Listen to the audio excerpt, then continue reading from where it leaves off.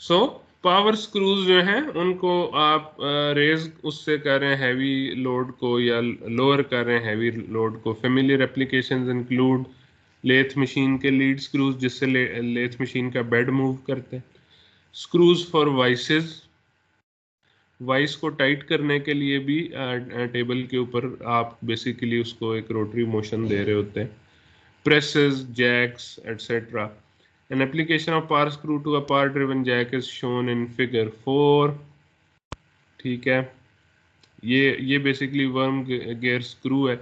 अगर आप इस ये जो ऊपर नज़र आ रहा है इसको रोटेट करेंगे तो ये जो है इसकी लीनियर मोशन होगी इस तरीके से। ये आप एक एग्जांपल भी देख लें कि किस तरीके से इसकी कंस्ट्रक्शन, ये वर्म गियर की कंस्ट्रक्शन है बेसिकली। ये शाफ्ट के ऊपर माउंट किया हुआ है आपने एक गियर को, और इसको रोटरी मोशन दे रहे हैं आप, जिसकी वजह से ये ऊपर जो वर्म है उसको लीनियर मोशन मिल रही है। ये मोटर की हाउसिंग हो गई। ठीक है,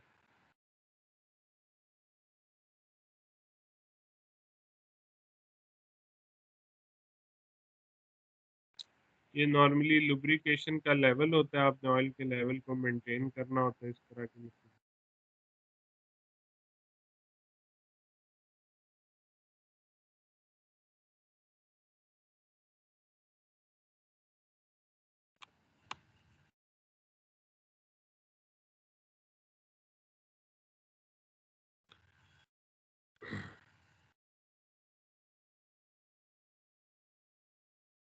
So this is how you are transmitting power from motor।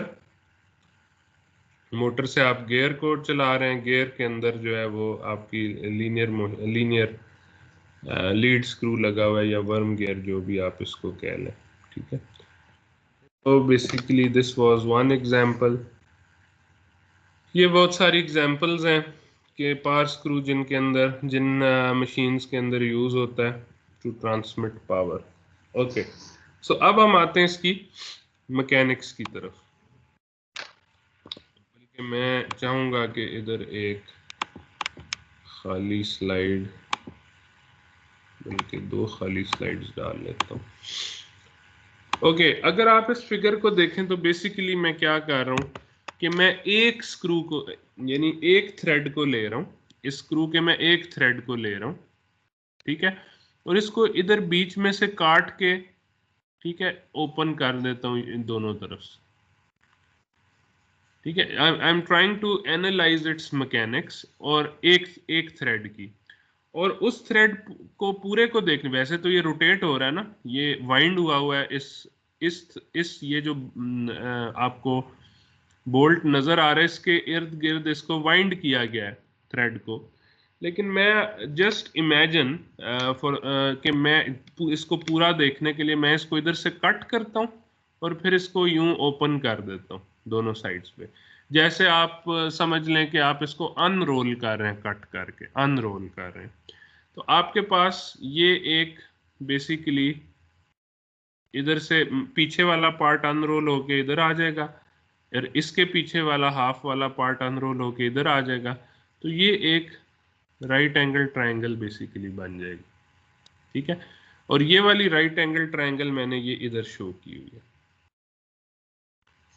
ठीक है, कोई क्वेश्चन हो तो आप मुझे रोक के पूछ सकते हैं क्वेश्चन। अब ये एक राइट एंगल ट्रायंगल बन गई। सर सर ये राइट एंगल कैसे बनाया, दोबारा बता दें।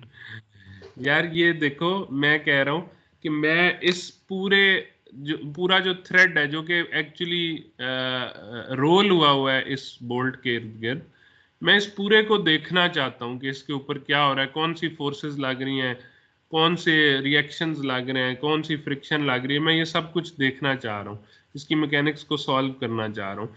तो मैं इस पूरे को देखने के लिए क्या करूँ, आई एम जस्ट इमेजिनिंग कि मैं इसको दरमियान से कट कर दूं इधर से, और फिर इसको अनरोल कर दूं। ये जो मैंने कट लगाया है इसकी जो राइट साइड है इसको इस तरफ अनरोल कर दूं, और ये जो इसकी लेफ्ट साइड है इसको इस तरफ अनरोल कर दूं। तो ये मेरे पास एक राइट एंगल ट्रायंगल बन जाएगी। सिर्फ सिंगल थ्रेड की बात कर रहा हूं, एक ही थ्रेड की बात कर रहा हूं। ठीक है, जैसे आप समझ लो जी कि हाँ, आप अगर एक पेज लो और उसको आपने गोल किया हुआ हो, उसको आपने उसका एक सिलेंडर बनाया हो, तो बेसिकली मैं उस सिलेंडर को खोल रहा हूं, ठीक है, उसको स्ट्रेट कर रहा हूं। तो ये एक राइट एंगल ट्रायंगल की फॉर्म में थ्रेड खुल जाएगा। अब ये जो फोर्स है, फर्ज करें कि ये एक लोड है, ये जो फोर्स है, this is actually some load that you have to raise. ठीक है, ये फोर्स लग रही है उस लोड की वजह से इस थ्रेड के ऊपर, और सेंटर में लग रही होगी। इसको मैंने रेज करना है। ठीक है, रेज करने के लिए मुझे, वैसे तो मैं टॉर्क लगाता हूँ रेज करने के लिए, लेकिन चूंकि मैंने इसको अनरोल कर दिया, तो लेट्स से कि मैंने इसको रेज करना है, तो मैंने इसको पुश करना है इस साइड पे। So I will have to apply a load in this direction. Let's call it as PR, यानी force required to raise the load. Force required to raise the load. अब ये जो लोड रेज होगा, it will just we are assuming कि ये raise जो हो रहा है, ये रेज हो रहा है कांस्टेंट वेलोसिटी के साथ, यानी बॉडी इक्विलिब्रियम के अंदर है, कोई एक्सेलरेशन नहीं हो रही किसी तरह की भी। तो मैं इसकी एक फ्री बॉडी डायग्राम बनाता हूँ। ये जो लोड इसके ऊपर लग रहा है वर्टिकल डायरेक्शन में, तो जिस सरफेस के ऊपर लग रहा है उस सरफेस के परपेंडिकुलर एक नॉर्मल फोर्स आ जाएगी। ठीक है, और अगर ये लोड जो है रेज होना शुरू होगा, तो इसके ऑपोजिट एक फोर्स ऑफ फ्रिक्शन भी लगेगी। ठीक है, फ्रिक्शन लगेगी which would be equal to mu N या एफ एन। जो कोएफिशिएंट ऑफ फ्रिक्शन है उसको नॉर्मली आप म्यू पढ़ते आए हैं स्कूल के ज़माने से, लेकिन यहाँ इस बुक के अंदर इसको स्मॉल एफ से डिनोट किया हुआ है, सो एफ एन। तो ये इसकी एक फ्री बॉडी डायग्राम। अब ये जो थ्रेड है, इसका ये जो लेंथ है, ये लेंथ एक्चुअली ये वाली लेंथ प्लस इसके पीछे जो ये लेंथ जो है, ये बेसिकली ये वाली लेंथ है ना, इसकी ये पूरी लेंथ है। इसको हमने अनरोल किया ना, इसको अनरोल करके एक स्ट्रेट लाइन बनाई है। So this is actually the circumference of the thread. जो आपका मेजर डायामीटर है, रादर जो मीन डायामीटर है, उसने मीन डायामीटर पे कैलकुलेशन की है, डीएम पे। मीन डायामीटर जो है ये बेसिकली उसका उस सर्कल का सर्कमफ्रेंस है, विच इज 2 पाई आर या पाई डी एम। तो ये लेंथ इसकी पाई डी एम होगी। और ये जो लेंथ है, this would be equal to pitch या लीड, क्योंकि सिंगल थ्रेडेड है, ये लीड या पिच के इक्वल होगी, क्योंकि this would be equal to the distance जो एक पूरी रोटेशन के बाद जो वर्टिकल डिस्टेंस कवर करेगा नट इस बोल्ट के ऊपर, वो इस एल के इक्वल होगा। Let's call this angle as lambda. ठीक है, ये वाला जो एंगल है, ये जो इसका हेलिकल एंगल है, ये लैम्डा के इक्वल। ठीक है, तो ये एक फिगर मैं इधर जल्दी से दोबारा बना लेता हूं।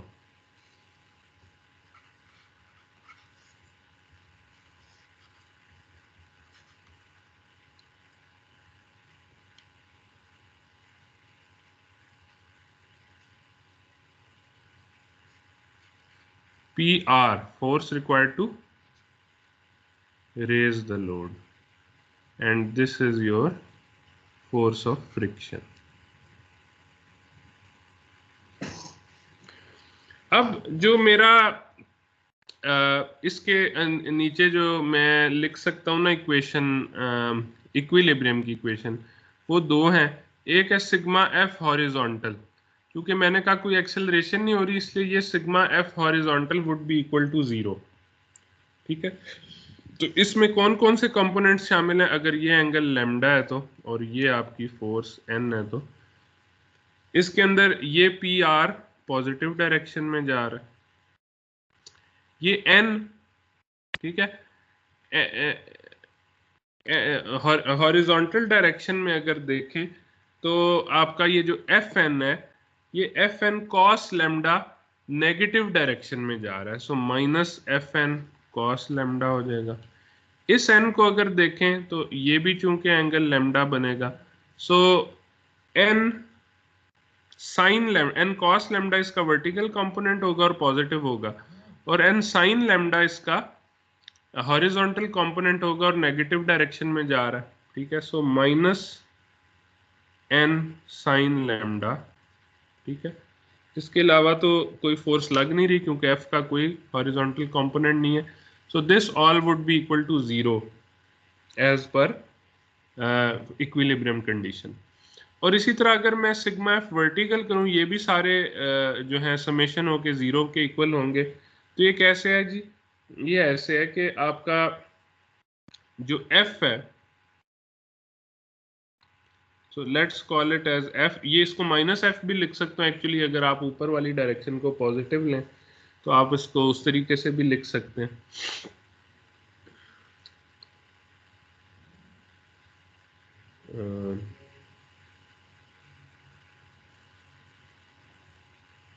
So let's say minus f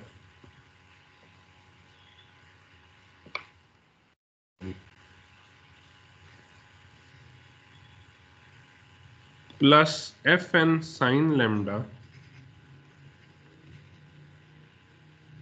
ये वाली जो है इसका जो बेसिकली ये जो एफ एन ये आपको नजर आ रहा है, इसका एक ये कंपोनेंट होगा, एक ये कंपोनेंट होगा, तो मैं इस कंपोनेंट की बात कर रहा हूँ। ठीक है, मैं डाउनवर्ड डायरेक्शन को पॉजिटिव लेके इस इक्वेशन को लिख रहा हूँ, आप दूसरे तरीके से भी लिख सकते हैं, कोई इशू नहीं। माइनस एन कॉस लेमडा, यानी ये जो एन है इसका एक ये कंपोनेंट है, एक ये कंपोनेंट है, मैं इस कंपोनेंट की बात कर रहा हूँ which is an cos lambda, और बिकॉज मैंने डाउनवर्ड को पॉजिटिव लिया हुआ, एफ को पॉजिटिव लिया, तो ये वाली जो ऊपर जा रही है इसको नेगेटिव फिर लेना पड़ेगा, but you can also do vice versa, कोई इशू नहीं है। अच्छा, so minus N cos lambda, ये पी आर जो इसका कोई वर्टिकल कंपोनेंट नहीं है, so this would be equal to zero. यहां से अब मैं क्या करता हूं जी कि मैं पी आर के लिए इसको सॉल्व करने की कोशिश करता हूं। आपको पता है इसमें क्या होगा, P R would be equal to F N cos lambda plus N sine lambda. ठीक है, तो ये आपके पास हो जाएगा N into sine lambda plus F cos lambda.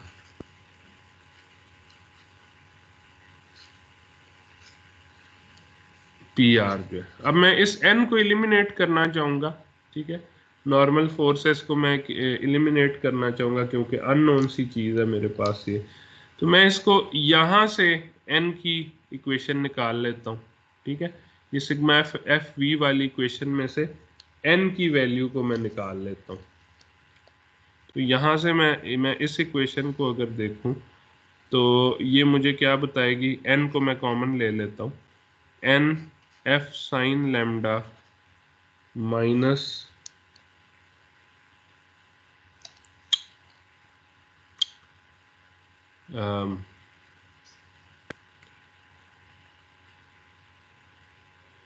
F sine lambda minus cos lambda is equal to minus F हो जाएगा, या एफ दूसरी तरफ चला जाएगा। तो अगर इसको मैं एफ लिखूं तो ये माइनस और ये प्लस हो जाएगा।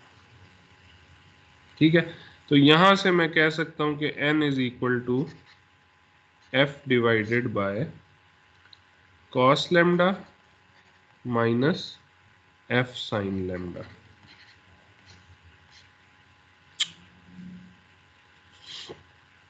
एंड इस n की वैल्यू को अब मैं इधर पुट कर देता हूं, इस n की वैल्यू को मैं इस n की जगह पुट कर देता हूं, तो मेरे पास पी आर की जो इक्वेशन आएगी that would be F sine lambda plus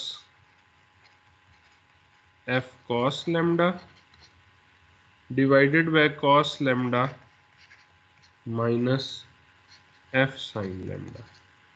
ठीक है, ये मेरे पास बेसिकली पी आर की इक्वेशन आएगी जो कि इधर मैंने ये निकाली हुई है, इक्वेशन सी।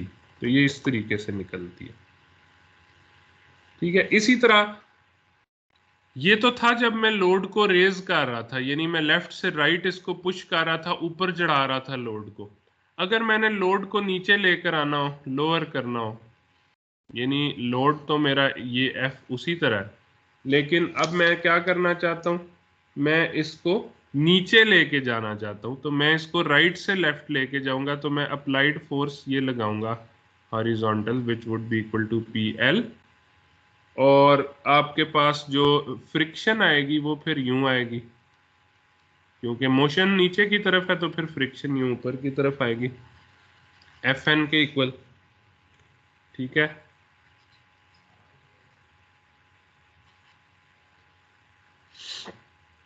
और तीसरी चीज क्या है जी, नॉर्मल फोर्स, उसी तरह जैसे इधर थी नॉर्मल फोर्स। तो अब ये आपकी अगेन पाई डी एम के इक्वल है, ये डिस्टेंस एल के इक्वल है, और ये बेसिकली पी एल फोर्स है। अब बिल्कुल इसी तरह आप इस पे फोर्स, आप इस पे इक्विलिब्रियम इक्वेशंस लगाएं, sigma F H is equal to 0 लगाएं। ठीक है, तो वो आ जाएगा आपके पास, अगर मैं इस पे लगाऊं तो minus P L minus N sine lambda plus F N cos lambda is equal to 0, और सिग्मा एफ वी को लगाऊं तो आ जाएगा मेरे पास, अगेन एफ को पॉजिटिव ले रहा हूँ इस डायरेक्शन को, F minus F N sine lambda minus N cos lambda equal to 0। यहाँ से मैं पी एल के लिए सॉल्व करता हूँ इसको, तो पी एल के लिए इसको सॉल्व करूँ तो आ जाएगा इसमें से P L is equal to N into F cos lambda minus sine lambda.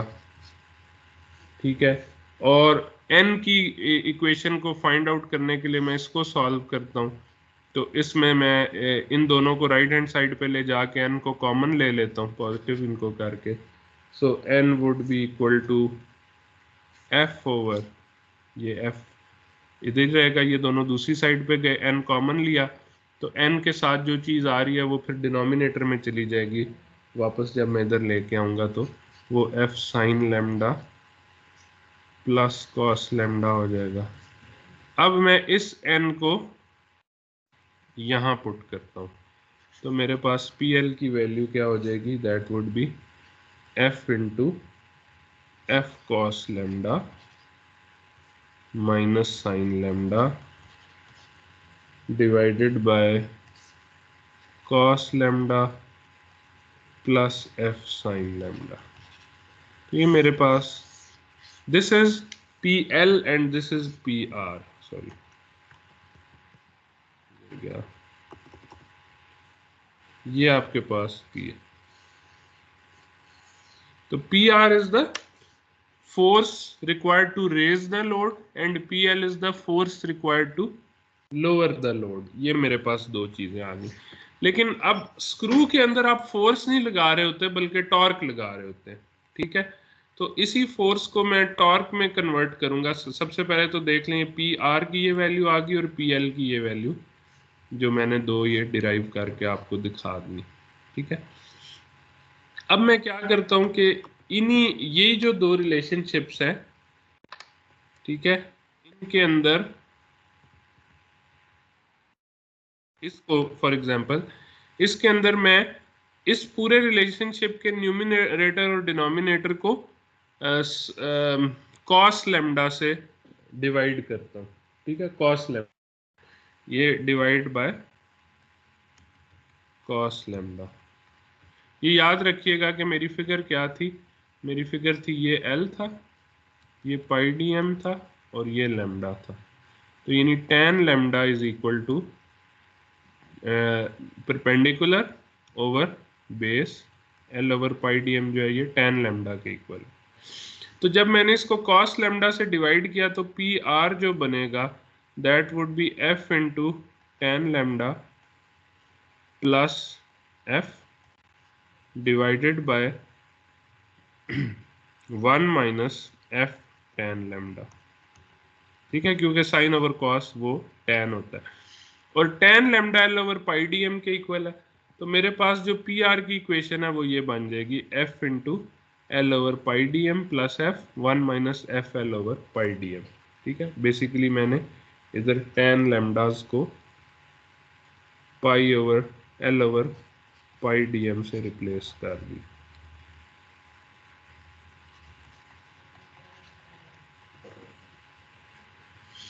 So this is the equation.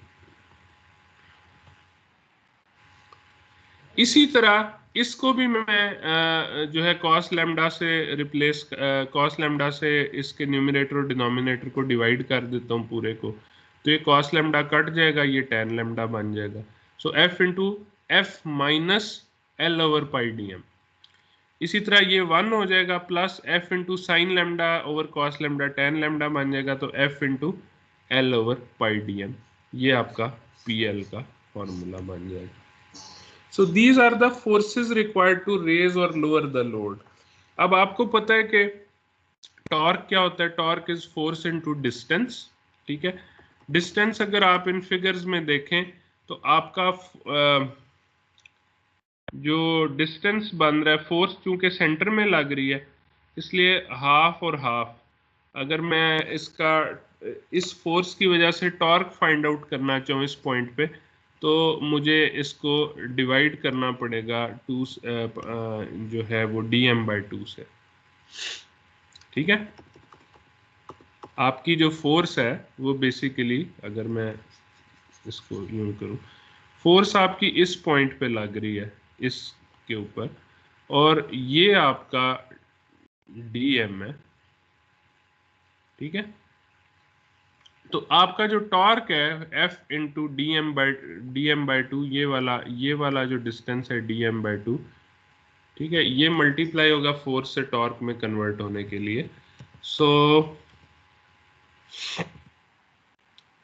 Torque would be equal to, ये एग्जैक्टली वही पी आर वाला रिलेशनशिप है, सिर्फ इसको dm/2 से मल्टीप्लाई कर दिया, यानी T R is equal to P R into dm/2।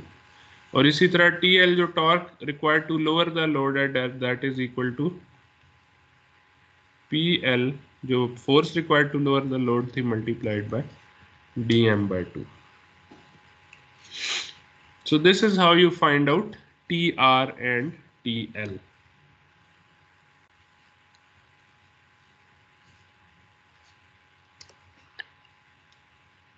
कोई क्वेश्चन है जी इसमें आपका अभी तक?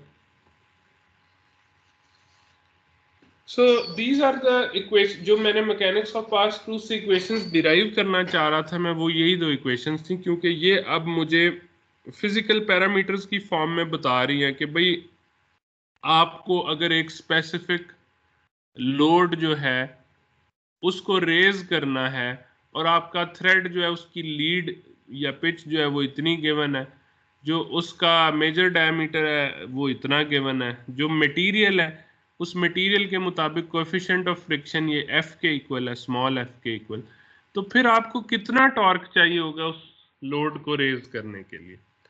और या अगर आप डिजाइन करना चाह रहे हो, एक खास टॉर्क अचीव करना चाह रहे हो, तो आपको कितने लीड वाला स्क्रू चाहिए होगा या किस मटेरियल का स्क्रू चाहिए होगा, उसका कोएफिशिएंट ऑफ फ्रिक्शन कैसा होना चाहिए, तो ये आप डिजाइन के लिए भी इसको फिर यूज कर सकते हैं। तो ये दो इंपॉर्टेंट इक्वेशंस है। अब इस इक्वेशन के अंदर से, इनके इक्वेशंस के अंदर से एक और इम्पॉर्टेंट चीज जो निकलती है, that is the condition of self locking. ये भी इंपॉर्टेंट है। फॉर एग्जाम्पल आप एक पावर स्क्रू यानी एक जैक से अपनी कार को रेज करते हैं, आप उस पर टॉर्क लगाते हैं, गाड़ी ऊंची होती जाती है, जब सफिशेंटली ऊपर चली जाती है और आप समझते हैं जी अब मैंने टायर उतारना है, तो आप टॉर्क रिमूव कर देते हैं। ऐसे ही होता है ना, आप रॉड को छोड़ देते हैं, रॉड निकाल देते हैं अपने जैक में से।